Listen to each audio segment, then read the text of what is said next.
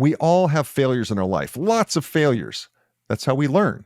But are you lying at the bottom of that pile of failures, or are you standing on the top of it, using it as a springboard to be better, to do better things, to do amazing things? Well, that's just one nugget of wisdom my guest today, Jay Owen, CEO of Business Builders, shares on today's podcast. I'm telling you, have a pen and paper ready to go, because Jay will just, in the conversation, drop nugget after nugget after nugget of wisdom, and he'll say it very just, in passing. So make sure that you are ready to go, because this is a guy who's built a business for 26 years. From the time he was 17 years of age, built this business in digital marketing and website development and business coaching. So you are going to not only love the information, but Jay's just a wonderful human being, and the way he speaks and just his demeanor is, I couldn't have enjoyed the interview anymore. I know you're going to love it. Jay is a visionary entrepreneur and a seasoned business growth expert. He serves as the CEO of Business Builders, a marketing agency started in 1999 at the age of 17, and he's still going strong, which is absolutely fantastic. And we're going to talk about that journey today. Business Builders empowers organizations and businesses of all sizes to garner attention and acquire customers, which is needed to grow. Business Builders is a top StoryBrand certified agency and a HubSpot Platinum partner, and has made the Inc. 5000 list 2 times. Jay is also the author of the book, Building a Business That Lasts. I actually read that this past weekend. And he hosts a podcast of the same title, where he's interviewed over 100 business leaders. Jay also serves on multiple nonprofit organizations, including the Foundation Modulus in Haiti, and also United Way St. John's in St. Augustine. So Jay, without further ado, welcome to the ThriveMore podcast. Hey, Roger. Thanks for having me. You betcha. You betcha. I loved your book. And for those of you listening on Spotify or Apple, you can't see, but I'm holding it up. For those of you on YouTube, you'll see that. Great book, no nonsense, and talks about your journey and really some of the, I've dog-eared several pages in here, because there's some good nuggets of wisdom that are either yours or, you found them through reading and different things. And we'll talk about personal development. But if we can go back, you started your business that is still going strong at 17 years of age. Why?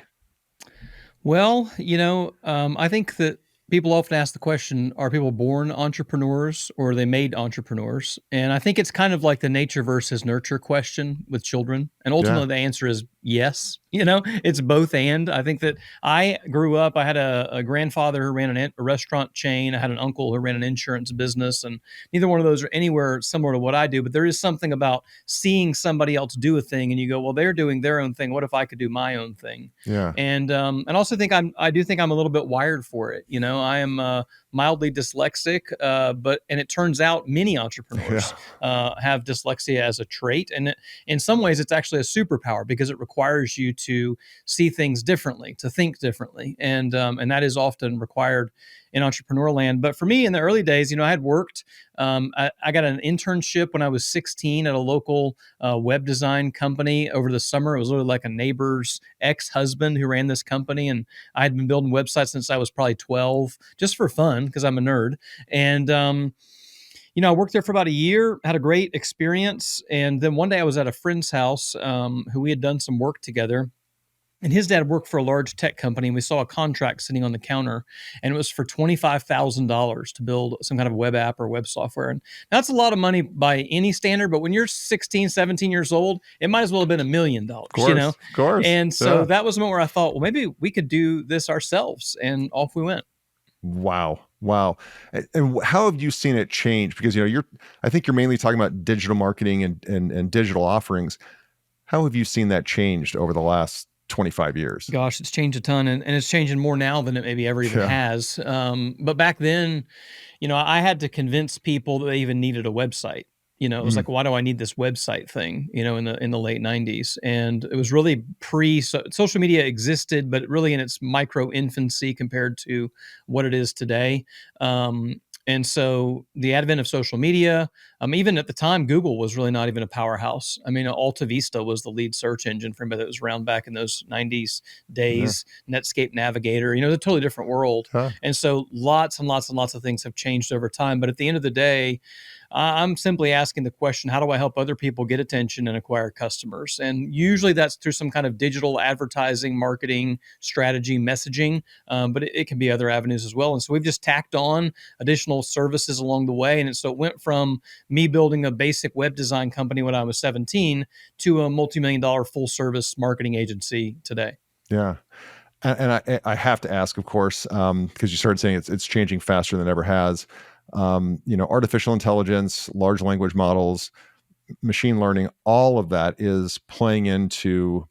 I'm seeing marketers either go by the wayside because they're not adapting, or marketers accelerating and creating, having unleashed creativity and unleashed possibilities now. I'd love to get your comment on that and how you personally, your business has already started to use it in what Oh you yeah. do. Yeah, I love it. I mean, I might have a little bit of an addiction problem when it comes to using all kinds of the latest AI software. Like whenever the new thing comes out, I'm Yeah. on it that day usually. That kind of guy. I always say there's been three times in history, in my life, I should say. In my life, there's three times digitally where I thought this changed everything about everything, Yeah. or this is going to change everything about everything. The first time was the internet itself. I was about 11 or 12 years old. I remember reading an article on a bulletin board service that I was logged into that I probably shouldn't have been logged into because I was 11 or 12 years old, and it said, "Hey, coming soon, the World Wide Web." And I thought this is going to change everything. And Uh, people are like, "Did you really think that?" I'm like, "Yeah, I've been 40 since I was 12. yeah. My body just finally caught up with me." Um, and then when Steve Jobs got on stage and announced the iPhone, I thought this changes everything. Mm, This is a massive cultural shift, massive technological shift. And then I don't know, whatever it was, 2.5 years ago or so, when I first pulled up that first Chat GPT, that I don't know, saw a tweet about it or read it on a website, and I thought, what is this thing? Let me check it out, because I'm definitely like a bleeding edge technologist. I love to try the new tool, and I fired it up, and I don't remember what the first thing I asked it was. I wish that I did. It'd be fun to go back and look. Maybe it's in my history somewhere. And I thought, holy smoke, this is something totally different. And it's amazing, though, because most people are not really latching onto it at the mm, rate at which I thought that they would. People yep. use it scattered, like in scattered ways. And in the tech world, people talk about it all the time, but regular people are not generally using it at the rate that they could. And so Yep. for us, how it's going to change our industry specifically is marketing agencies have typically been a butts and seat business. Yep. What I mean by that is you can't scale a marketing agency historically without just adding a lot more people. And for me, we've got a great team. It's about 20 people, and I love the size because I know everybody. I know their families. I just like what we've got. I don't really want to run a 200-person marketing agency. At the same time, I also feel compelled as a leader to continue to create more opportunities for the people that I have on the team. So how do I do that? Because I've got to scale. And historically, like in project world, it was always like time, cost, and money. You can have it cheap or you can have it fast, but it's not going to be very good, or some variant of that. Yeah. AI is going to change that, where it can be Mm, much lower cost, at a higher quality, and faster. And it's already doing that. We're using it extensively internally for all kinds of projects. And we're starting to build our own tools and our own software at this point that would have been cost prohibitive or impossible before. I just demoed one a couple hours ago for how we're going to manage internal team health, that right now is a bunch of spreadsheets. And I just never wanted to pull the trigger on $50,000 worth of software development, yeah. even though have done software development myself. But now we can do it for thousands of dollars with regards to time invested, and Yeah. almost no cost in software, or very little cost for something that would have cost us 50 to 100 grand before. So Yeah. it's an amazing season. Man, I'm gonna have to steal that, Jay. I love, because I use that 3 pillar stool all the time, right? Have it cheap, you can have it fast, or you can have high quality, but you got to pick two of the three. And you're right. I completely agree that artificial intelligence can actually give all three of those.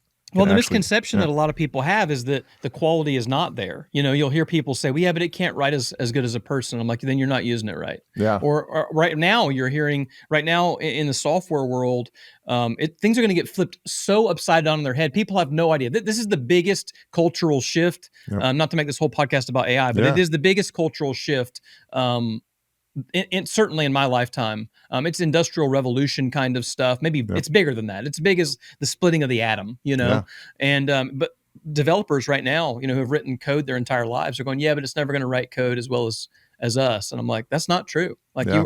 you are going to, it's going to be faster than you. It's going to be better than you. And so you've got to learn how to use the tools, because most people aren't going to want to go write their own software. Yeah. So software developers still have an intrinsic advantage, just like writers have an advantage, Yep. just like designers get upset about stuff like Canva. And it's like a good designer can design better in Canva than a regular person can, but it doesn't make Canva a bad tool. It's an incredible tool. So anyway. Yeah, I fully agree. I'm working with building AI software for a lead nurture product in our own business. And I've told everyone, look, man, I miss the internet. I just didn't see it. I couldn't see the tea leaves. And then I would say social media for me was like that second thing where, Facebook and Instagram, and I was way late to that party until I needed to advertise on those platforms. And then I really got involved in it. But I am not missing AI. I am not going to miss this. This is I'm hell bent on being part of that. This segment is sponsored by Rockbox Fitness Franchising. Take control of your destiny and join the boutique fitness revolution with Rockbox Fitness. If you're ready to make a real impact in your community and own your own business that empowers people to achieve their best life, then Rockbox is the opportunity you've been looking for. They provide comprehensive support from site selection, upfit, training, and turnkey marketing, so you can open your studio with confidence and a strong recurring revenue member base. Visit rockboxfitness.com and click on franchise opportunities to learn more about this exciting venture in the fast-growing boutique fitness industry. It's time to turn your passion for fitness and for business into a thriving venture.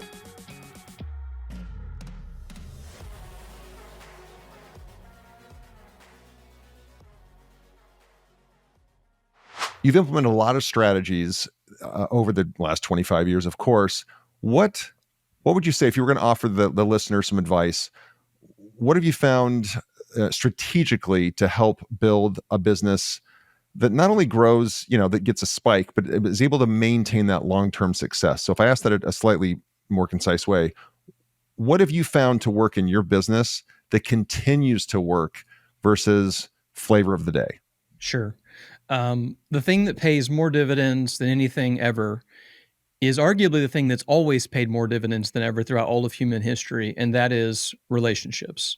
One of the biggest mistakes that people can make when going into business for themselves is to go at it alone. I did it for many years because I was so young. I was scared to be involved in a business networking group or get in community or even ask for mentorship because I just felt kind of silly because I was young. Now, other people listening to this podcast might not be as young as when I started, but they might be young from a starting a business kind of perspective, know? And so it might be easy to feel like, I feel so ignorant. I don't want to ask for help. And because especially my personality type doesn't want to ask for help. But the fact is people who have the experience want to help. I'm thrilled to get to help somebody else shortcut something that was a problem for me. So I always say everybody needs 4 people in their life to begin with. They need somebody to look up to, somebody that's ahead of them, that's done the thing that they're doing before, that they can aspire to be like. It could be a mentor that they personally know, or it could just be somebody who they've read all their books, listened to all their podcasts, all those kind of things. They need somebody to look up to. Second, they need people to stand beside them. And you need somebody who's shoulder to shoulder, walking through life in the same season, who understands it. It's community. We weren't meant to be alone. So you need somebody to stand up, somebody to look up to, somebody to stand beside them, somebody who's looking up to them. I think everybody needs to be teaching somebody something. It's how we learn the most as human beings. And last, everybody needs somebody who believes in them when they don't believe in themselves. I always tell a story from many years ago. I was probably 20 years old. I'd been in business for 3 years. By been in business, to be clear, I'll put that in heavy air quotes because I was probably making $20,000 a year in total revenue and waiting tables and doing all the other things. And I had just gotten married. Wow. And I didn't think I could make it work. I didn't. And so I went to work for my uncle in the insurance business. And he had a nice house in the mountains and a nice house on the beach and drove a nice black Mercedes. And I thought, I'd like to have that. And he needed an exit plan. I needed an entry plan. It seemed obvious, So I went and worked for him for 6 months. I kind of put my design marketing business on the shelf. It kind of became a hobby versus a business. I still was doing it, but it was not my priority. But 6 months into working with my uncle, as much as it was the best business education I could have possibly ever had, I came home one day and I sat next to my wife and I was crying because I'm a bit of a crier. And I said, babe, I can do this, but I don't think it's what I'm made for. And I think I can make a lot of money at it, but I don't think I'll ever love it. And she said, Wow. so quit and do what you love. Yep. And that was the day that I knew I married the right woman, number Yeah. one. And it was the day that I said, I'm going to put this thing in full gear. We're going all the way, and I'm either going to crash it and it's going to be clear and obvious this is not what God has for our future, or it's going to work. Yeah. And I'm standing here 26 years later to say we've grown every single year, except for 1 year we were down by 1%. But every single year other than that 1 year, But who's for counting? 26 years in Yeah. a row, you know, That's by the grace of awesome. God. And so That's it's been awesome. a fun journey. Yeah. There is so much to be said for burning your boats and just going all in, because if you have 1 foot in, 1 foot out, or Yeah. you've got this plan B that is so readily available. I'm not saying you shouldn't have a plan B. You know, we probably need something to fall back on, but when we do, and we know that plan B is there, we're human beings. It's too easy to take the exit ramp, you know, versus the only way out is through. I have to get through this, you know. And every business leader I've spoken with and founder that's been successful, you know, it's, you hear, you know, you read the books, you listen to the podcast, you're like, well, man, that guy or that gal, they really crushed it. They don't see all that work that led up to that success, you know. Yeah. And it's a journey, you know, like I always tell people it's going to get hard. Like a good hike is going to get hard. And there's going to be times where you're going down here and time where it's level. A couple months ago, we got to go, my wife and I and another couple out to Italy, and we hiked this amazing area in Positano. It's called like the Hike of the Gods or something like that. And it was one of those things where it was so stunningly beautiful, but then you'd turn a corner and you'd see this hill ahead and you were like, oh man, I don't know if I can make it up another hill. Yeah. And that's business, you know, like you're going to think you've done it. You're going to see this beautiful landscape and you're going to turn a corner and go, all right, let's climb, you know, and this is going to be hard. And, but I always say too, it's like, gosh, when you look at your own, like all of us, when we look at our lives, it's so often that the things that were the most difficult to get through are the things that we were so thankful to endure. Because, you know, there's a great book by a guy named Viktor Frankl called Man's Search for Meaning. And in it, he talks about the 3 core things that people need. One of them is community. That's what I talked about a minute ago. People need to get around people who can support and encourage them. 2 is a project to work on. Well, you've always got a project to work on if you're running your own business. But 3 is this: it's a redeeming perspective on your suffering. And I think that it's naive to if you're starting a business, you should be very careful about spending too much time on the internet, especially social media, because there's so many people that are so full of, I won't use the words, but things that aren't true. Let's put it that way. And they don't show the full story. It is hard, but it's worth it, you know, if it's what you're made for. Yeah. The reason the view from the mountaintop is so gorgeous is because you made the effort to get there. That's right. Put in the effort to get there. Well, where, you know, you've also mentored business owners and helped other people, other business owners. Where have you seen other small to mid-sized business owners make the mistakes? Like if you had to name a top 1 or 2 mistake that people too often repeat as a new business owner, what have you noticed? There's a couple of things. The one I already mentioned, obviously, is not getting in community. But the next one I would say is trying to go too fast. I always say there's a reason that the old fable of the tortoise and the hare sustains over time. I'm that guy. It's not that sexy on Instagram because it's not growing that fast. I mean, maybe it is now because it's a multi-million-dollar business, but it wasn't for 20 years. You know, Dave Ramsey always says, I busted my butt for 20 years and then everybody said I was an overnight success, you know, and that's how it works. But moving too fast, I always say, look, if you're driving in a car and you're going incredibly fast and getting in an accident, you might die. You know, you're certainly going to total your car. But if you're going slow enough and you get in an accident, I mean, you might have a little repair work to do, but it's not the end of the world. You keep going. And so slow and steady wins the race. Be patient. Patience and resilience are the key virtues of entrepreneurship, not hustle. People think it's just hustle. Yeah, you got to be able to work hard for sure. Work-life balance is often a fallacy in the early days. You've got to be able to put the pedal to the metal, you know, as far as like being willing to work hard. But at the end of the day, it's resilience. It's being able to get back up when you fall down. You know, one of the greatest analogies I heard one time is they said everybody has a massive pile of failures in their life. And the question is, are you laying at the bottom of those failures or are you standing on the top of them? And I choose to stand on the top of them. And so that's what people do, is, as well as the other mistake that they make is something will go wrong And they'll go, well, this must not be what I'm supposed to do. And I'm like, if I had a list, which I don't, because I've forgotten more than I've remembered, of all the times where I screwed stuff up or failed at something or an idea didn't work, it would be exponentially longer than the things that did work. Yeah. And so endurance, perseverance, willing to get back up when you fall down, and just slow and steady wins the race. Jay, you are dropping just golden nuggets here. And I love that. A pile of failures. Are you laying at the bottom of those failures or standing on top of those? Like that is wisdom, full stop. And so many people, and you're right, social media's got it. It's all backwards and fake. But it is, we are going to fail.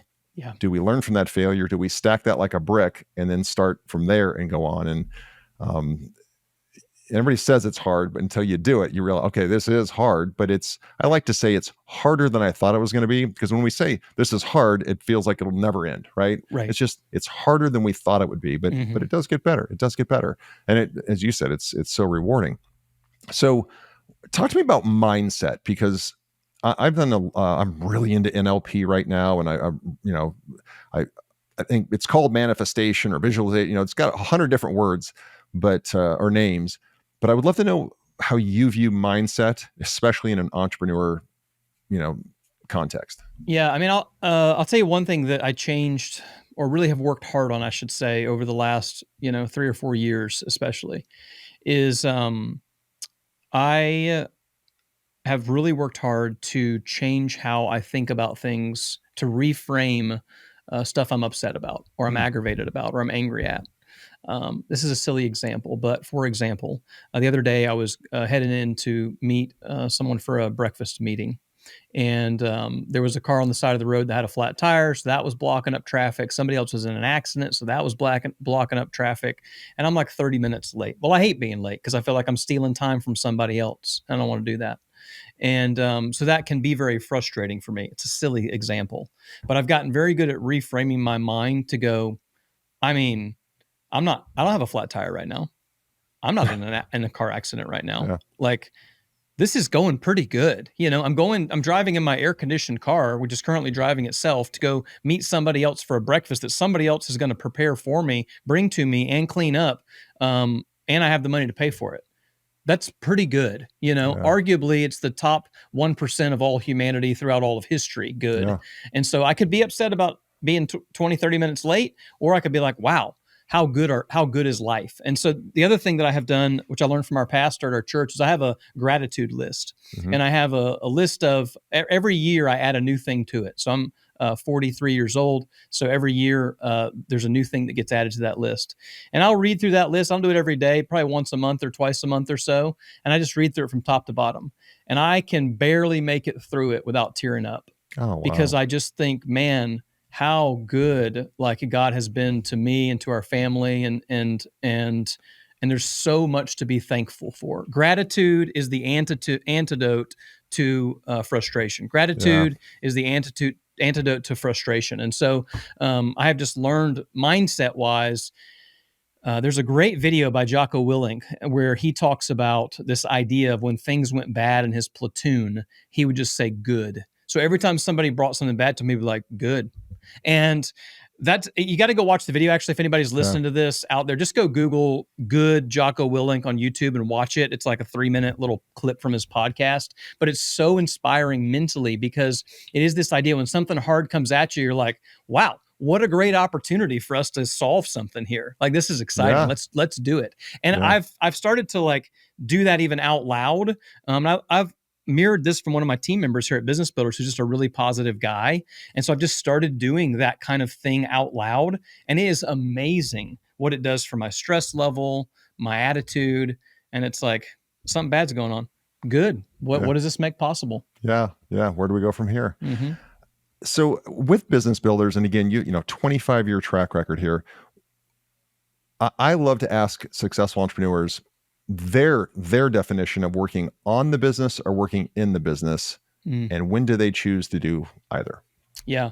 So this is another thing where people get stuck in the early days of a business. I mean, at the end of the day, you have to do both. Yeah. You have to be in the business and working on the business. To define them specifically, when I say working in the business, I mean delivering the work product of the business, whatever that is. So back in the day, it would be me opening up Photoshop, designing a website, slicing it up, turning it into HTML, and building a basic website. I'm physically doing the work that we're getting paid for. That's working in the business. Working on the business is, what are our strategic goals and priorities for the next 3 to 5 years? Who needs to be in what seat, and what are the definitions of those roles? What are the new products or services that we need to offer to, solve against the future? So it's future planning. And at the end of the day, it's kind of like being willing to sacrifice time today for future success. And this is a thing most people don't do.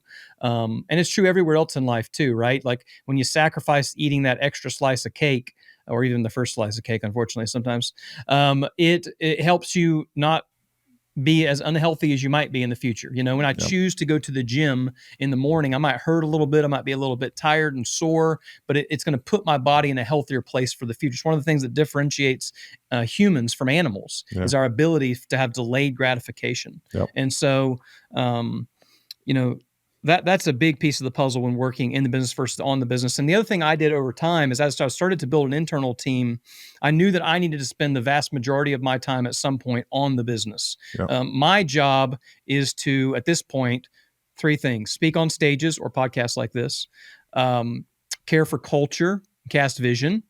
I kind of put those in the same bucket, and make sure there's money in the bank. If I'm doing those 3 things, I'm doing my job. Clients are not part of my job anymore. But back in the day, they were, and I had to kind of segment that out. And one of the things that I did, I read a book by Mike Michalowicz called Clockwork. I didn't follow it exactly the way that he did, but I had this vision. I needed to take 30 days off, not because I wanted to take 30 days off. I love working. I'll never retire. I'll work until I'm in the ground. And, but the idea of taking 30 days off was the business goes through a full life cycle during those 30 days. So the question is, how can the team handle things without you? And so I started with a day off. Some people are listening, they're like, well, I can't even take an afternoon off. Sure. I get it. Me too. I mean, I remember those days when I would be on vacation, heavy air quotes, with my family. I had 3 young boys. Now I've got 5 kids. But back in the day, I remember I had 3 young boys. I specifically remember this time. We were at a beach resort, and Claire, my wife, was getting the boys ready to go down to the pool. And I remember like laying on the bed with a laptop, just trying to figure out how to make the business work, Yeah. And at the same time, realizing how like frustrated she was with me because I was working all the time, because I didn't know how to do it better, Yeah. And I mean, it makes me emotional. And that was literally 20 years ago, Yeah. But because it matters to figure this stuff out, like not just for me and not just for the business, but for the sake of my marriage, for the sake of my children. Like that matters way more to me than any of the rest of it. And so I had to learn how to work on the business. And so over time, I go, hey, I'm just going to take the afternoon off. And I need to know when I get back, what did you say? Hey, we can't do this until Jay gets back. And then now I'm going to take an extra whole day off. I'm going to take a Friday off, which was revolutionary in the first 5 or 10 years. And then it's like, now I'm going to take a long weekend. I'm going to take a Friday to a Monday. Now I'm going to take a whole week. Now I'm going to take 2 weeks. And eventually in 2020, we planned this in 2019 before the pandemic. I decided I was going to take a whole 30 days off. And I said, we need to run this thing as if I walk out in the street and get hit by a bus today, this thing just keeps going. Like my whatever I'm providing for the business can be replaced by somebody else, and it keeps going. Otherwise, I don't have a business. I have a really bad job. And that's what I had for many years, because I didn't get PTO. People start complaining about PTO. I'm like, I spent a decade like never taking a whole day off. I don't even know what you're talking about. Like, get over it, And part of the reason I was so slow in those seasons, I didn't have the right people around me. If I'd had more influence and mentorship and the right communities, it would have changed everything. So that's a long answer to a short question, but hopefully that helps. That's a great answer. I can't help but share with you that I 2 things. One, last year went to Italy, coincidentally, my first trip there, my wife's second. And we spent 12, 13 days over there. And it was the first extended vacation I had taken since the mid 2010s. Yeah. And what I realized, Jay, was, what the hell have I been doing? I know. This is like, what am I doing? Like, because it was so enjoyable. My wife and I connected so much, and just the best vacation ever. And I just realized, what have I been waiting for? And it was when I was always when then I will, and that day never comes, Yeah, and this is the trap, though. This is the trap of entrepreneurship that people need to pay attention to. Is it's like, well, when I get through with this project, then I'll take a day off. Well, Yep. well, I know, I said that, but now this one big client really needs this one thing, and if I don't do it, what's going to happen? And then I'll ask people. I'll say, well, what's your priority? Because you can only have one priority. Priority is a singular term. In fact, in its origin, the word priority was only ever used in the singular. People did not have priorities. There was one priority. And so often married people will say, well, it's my spouse. And I'm like, well, is it? I mean, does your life say that's true? And the example I always give is, if you were sitting at a dining table with the number one prospect opportunity for your business that you could have ever had, and you get a phone call from some random person, would you pick it up? Of course not. No. Of course not, because that client is the preeminent priority of that time period. But then I ask the same question. You're out to dinner with your wife on your anniversary, and this so-called really important client calls you. Do you answer it? I mean, maybe, like in some seasons, but if you do, then she or he is not your priority. The client is.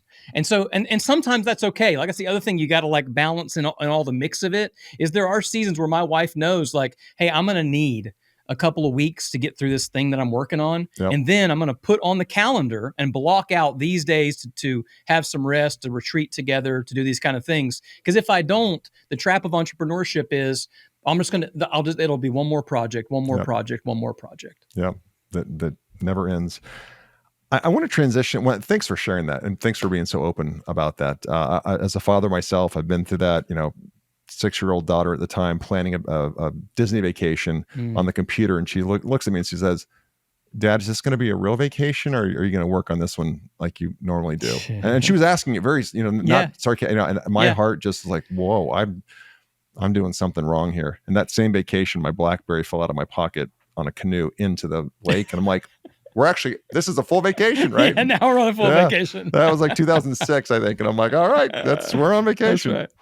This episode of the podcast is brought to you by ThriveMore Autopilot. The latest data shows a large amount of small to mid-sized business owners are living paycheck to paycheck. And that is not why you started a business in the first place. We all start businesses to create the freedom in our lives that we want and to give us options. But to do that, you need more leads, and you need to turn those prospects into long-term paying customers. Well, the solution is ThriveMore Autopilot. ThriveMore Autopilot is the turnkey solution to take the stress and the hard work out of new customer acquisition, which is the lifeblood of any small business. ThriveMore Autopilot works on your behalf to generate a waterfall of new leads through various channels, to nurture those leads with proprietary AI solutions that mimic human interaction, to sell memberships and help you increase your monthly recurring revenue.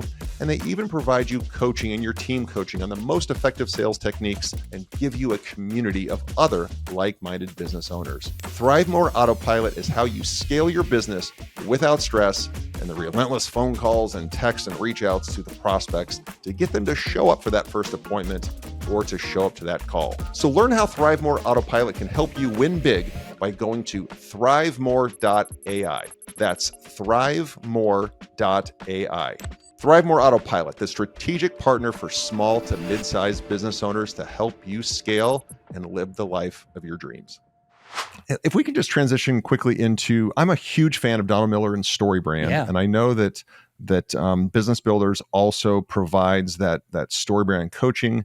I've actually had JJ Peterson on this show, and just a huge fan of all their work. I'd love for you to speak to how you've used a StoryBrand format. Maybe just give a quick background to the listeners on what the StoryBrand format is, but how you've actually used it in your business. Sure. In fact, I've got a course that we just finished that's totally free. If people want to learn more about this, I'll give them the link at the end of the show. Yeah, for sure. So hang on for that. But StoryBrand arguably is the most powerful marketing tool that I've ever used. And I've been doing this, like I said, for 26 years. Yeah. I first read the book whenever it came out, which was probably roughly 7-8 years ago at this point, which is pretty wild. It's been out that long. And when I read it, I thought, oh, this is really good. The framework that Don has put together to simplify how we communicate.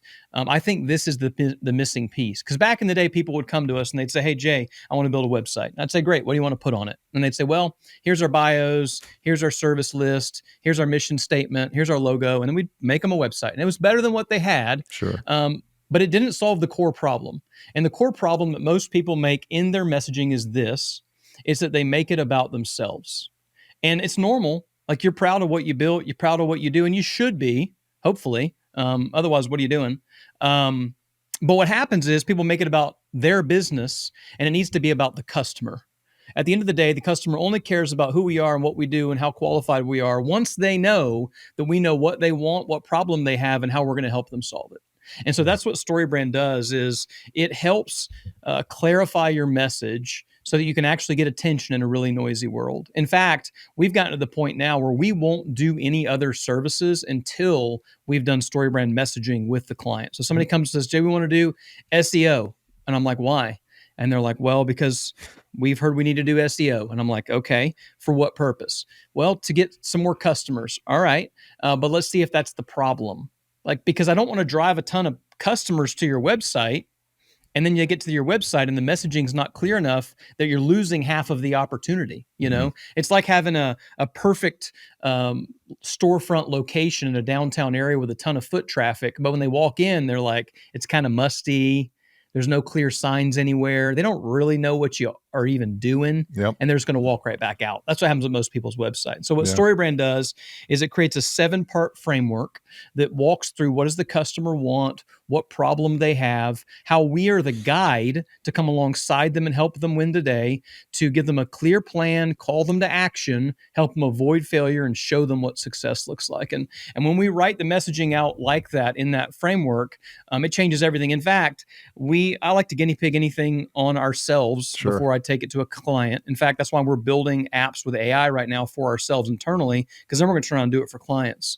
But on the StoryBrand side, I implemented this messaging after reading the book, and we doubled our incoming qualified leads without changing anything else except for the messaging on our homepage. That's Wow. how important it is. And we're a marketing agency. This is what we do. You know what I mean? And so we see this all the time in basically every industry, for-profit, nonprofit, ministry, whatever that you could possibly imagine. When you have a good story brand up front, all of your other marketing produces a better return. And so that's why we won't do anything without it.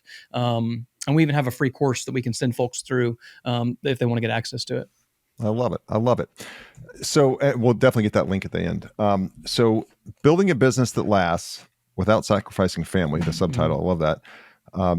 There's a couple, there was a lot of good key points that I dog-eared and highlighted, but two things I just wanted to touch base on this podcast with you about is one, you talk about being an introvert, which I am as well, by the way, like a rabid introvert, but I play an extrovert on TV. And I wanted to get your take on that in entrepreneurship, because again, Instagram and it looks like everybody's an extrovert, and out there shaking hands and kissing babies and, going crazy. And then number two, I would just love to find, what is the context for personal development? You talk a lot about personal development, eternal learning, always. And I would just love to hear not only what you do, but what you either request, require, mandate, whatever, for your team as well. So I'd love to get your take on that. So maybe first, being an introvert in an extroverted world, and then also, and maybe the power behind that. And then also, if we can talk about continuous learning, training as being a process, all of that. Sure. So, I was born, I think, more of an introvert than anything else. I was a nerd at heart. I did not have great social skills when I was younger. I was not one of those kids that just was born with it. And I have 5 kids. And so I can see the distinct personalities or thumbprint of how God has made them unique in their own ways. And anybody who has multiple children, it's amazing to watch how different they actually are. That's where it goes back to the nature versus nurture thing. It's both. Because some of them are just born with certain traits, and some of them are just naturally outgoing and easy. Social stuff is easy for them. It was not for me. But when most people see me now, because when they do see me, I'm on a podcast or I'm on a stage or at a networking event, and they're like, "Well, I know, Jay, but it's easy for you because you're such an extrovert." And I'm like, it's learned behavior. It's not innate behavior. And so you can learn to be more sociable. You can learn to be more of an extrovert. You can learn to be more outgoing in your behaviors. And I had to make that happen because I knew it was for the good of the company, for me to be in that place. And I also don't think you have to. I'm not saying you have to do that, but you have to have somebody on your team who is. Yeah. If you don't have somebody on your team who is that extrovert, you're going to have a really hard time scaling a company. You just Yeah, are. And for sure. usually it's the founder, but I don't think it has to be, but it usually is. Yep. And the second one on the lifelong learners thing, I mentioned earlier that I am mildly dyslexic, which I didn't even realize fully until one of my boys was diagnosed, and he's much more severely dyslexic than me. But as we sat through the course or through the diagnosis, and I'm reading all the assessments, I'm like, oh wait, I struggle with that, and I struggle with that. Oh wait, I struggle with that too. Like everything was a yes for me on this list, and I thought, oh, I'm just an undiagnosed dyslexic too, and it's hereditary. So I was like, you're welcome, Oliver. You got that from me. Sorry about that. And so I didn't read a lot when I was younger. And there's so much knowledge and power in reading. And I had to learn how to absorb knowledge because I also don't sit in classrooms very well. I dropped out of college. Like I did fine in school. I did really well and everything except for reading and grammar. But school just wasn't for me. And so it's like, well, how do I acquire knowledge? Well, YouTube's a great way to do it.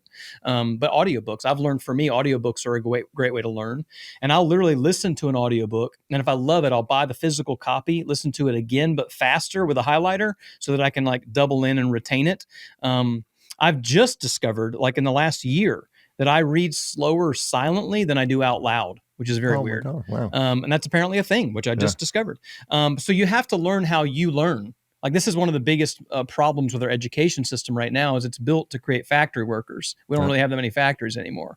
And every child, all of us as people learn differently. And so something that works really well for me may not work well for you at all, but you have to figure out how you can learn. And so it may be going to an event, it may be watching YouTube videos, it may be listening to audiobooks, maybe downloading physical books.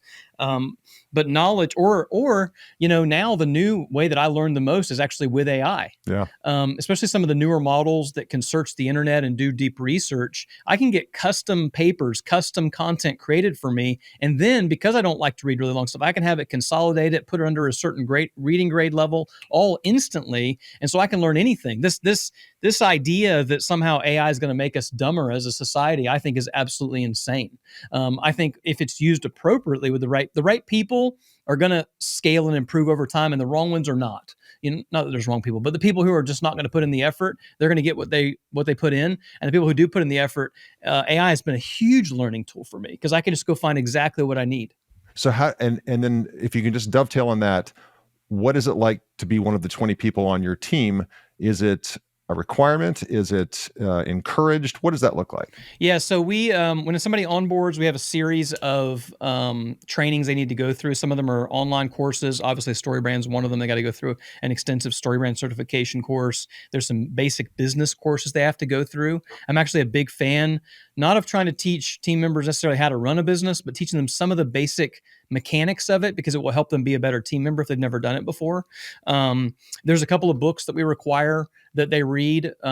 Each team will have sometimes either required reading that might be like over a quarter that they'll discuss as a group, and we'll either give them the physical copy, we'll give them the audiobook, whatever they need to learn best. And then I do a lunch and learn, usually once a month or so, where I just teach some new idea that I think is helpful, or I'll find a good video that I really like. I'll watch it together, discuss it. And then every Monday morning, we have a team meeting where we go through, just kind of a quick status update around the horn for 30 minutes. And somewhere in there's a short little 5-minute kind of learning update of something people should know. Right now, it's almost always about something related to AI. And so I think if you're not intentional about your own personal development and your teams, you're going to lose. I always tell people, like, whether they're working for a small organization, a big organization, or working for themselves, your personal development is your responsibility. I tell my teams that too. Like, I want to provide some things that I want you to learn because it's good for the company. But at the end of the day, like, it's for your good. Like, your own personal growth is your responsibility, not mine, not your direct reports, not anybody else's. Yep. I'll support you in give you the resources, whatever 100%. you need, but you've got to own it. Yeah, exactly. Yeah. To keep going with that thread, I always ask my guests, is there a book that you read, and I'm sure there's, read or listened to, whatever, that and I'm sure there's many, but when you set it down on the table, you thought, woof, I will never think about that subject again, the same again. Like it had such an impact on you. Yeah, I would say the most pivotal book in my business life, there's so many, but the first one that came to mind, so I'll just say that one, is EntreLeadership by Dave Ramsey. He's actually about to release a new book I can't wait to read called Building a Business You Love or something like that. I think that's the title. Yeah. But the EntreLeadership book is his first like business book. It's not just like a personal finance book. That book changed my life. Because I never went to business school. And that book is like, it's not business school. It's like boots on the ground. Here's how we hire people. Yep. Boots on the ground. Here's how we fire people. Here's how we run our systems and processes. Here's how we, whatever it is. And here's how we budget. Obviously, it's Dave Ramsey, but those kind of things, that book was a huge influence on me. And I started going to a lot of their events. I did for decades. I would go to one tomorrow. They put on some of the best business conferences ever. Even though I've hosted some of my own, theirs are a whole different hemisphere. So that book, EntreLeadership by Dave Ramsey. Awesome. We'll put that in the show notes too for the listeners. Before we find out how people can get a hold of you, get that resource you were talking about earlier, I always ask the last two questions, same questions, because I think they're really interesting and they're beautiful questions to hear the answer to. If we were to fast forward to the end of your life, Jay, and you're going to live this beautiful, rich, wonderful life, but you've got this wonderful family and this thriving business, but at some point, we know how this movie ends for all of us, and we're there. And, you're looking down from above and there's a loved one reading your eulogy, but that loved one is only allowed 3 words, just 3 words. It doesn't have to make a phrase or a cute sentence or anything, but just 3 words that are descriptors that describe you and really the impact you had on them and hopefully everybody else there that's in attendance. What 3 words do you hope they choose to describe you?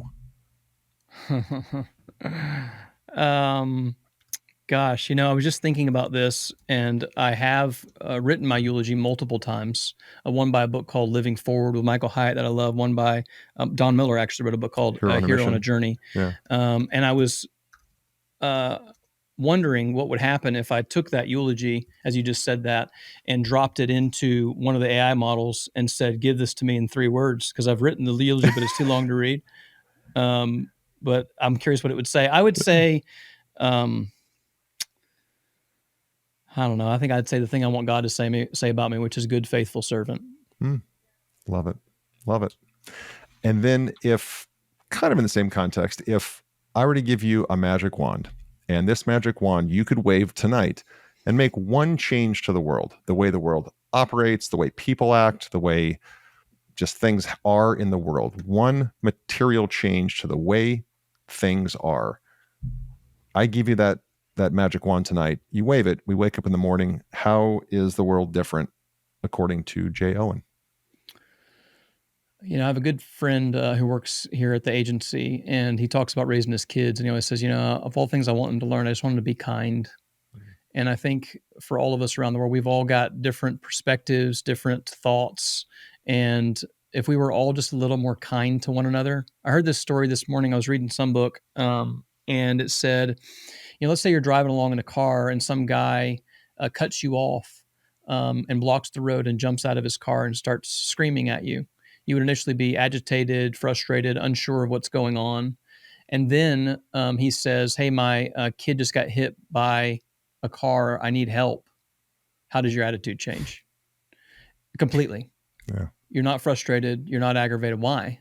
Because you see his perspective, and all of a sudden things that matter the most. I always think about when really bad stuff happens in life, which all of us have some variation of bad things that have happened or will happen in our lives, is it changes everything. The thing that you were so worried about, how much money you had in the bank, or if you want to close that deal or not, or that team member that's creating frustration, when that really real bad thing in life happens, you forget about all those other things and you really find out what matters. And so I would just say if we could all just be a little more kind to one another and see from each other's perspectives, it would change a lot. Yeah. Yeah. I've heard many similar, I've asked that to 120 some, 130 some guests, and it usually varies somewhere around that. It's understanding others and just, seeking first to understand before being understood and being kind. Mm-hmm. Most important question. And one, you just are you're this reservoir of just great business tips, but also life advice. I've really appreciated this interview because just the life advice, and I can just tell you're so comfortable with who you are and where you're at, and it just resonates. It resonates through the screen. So, where can people find you, be part of your journey, connect with you? I think you mentioned there was a free resource they could download as well. Please share that. Yeah, for sure. You can find me on any of the social platforms that you're on. So it's a lot of folks are business folks. So on LinkedIn, just search for Jay Owen. You'll find me on there pretty prominently. You can also go to my personal website where I have links to my podcast, my book, all the other things are on there, jayowenlive.com. And then lastly, the StoryBrand resource, if you want to get access to that free 5-part video course, we'll actually teach you how to do the framework yourself, help you implement it in your own business. And it's a really good thing for somebody to do if they're thinking about starting a business or jumping off before they do that, because it'll help create clarity. You can get that for free at StoryBrandCourse.com. StoryBrandCourse.com. Fantastic. Awesome. Sir, I appreciate you, and thank you for sharing so openly and just sharing all the wisdom that you've garnered over these years. I appreciate it. My pleasure. Thanks for having me. You betcha. Thank you for tuning in to the ThriveMore podcast. Don't forget to take a look at the show notes for any of the resources that we mentioned during the podcast. And if you haven't already, be sure to hit the subscribe button and turn on your notifications so you have access to the latest and the greatest. You can connect with me on any of the socials at Real Roger Martin. And be sure to check out our website, ThriveMoreBrands.com. There you'll find information on the brands we support and information on franchising. Thanks again for tuning in.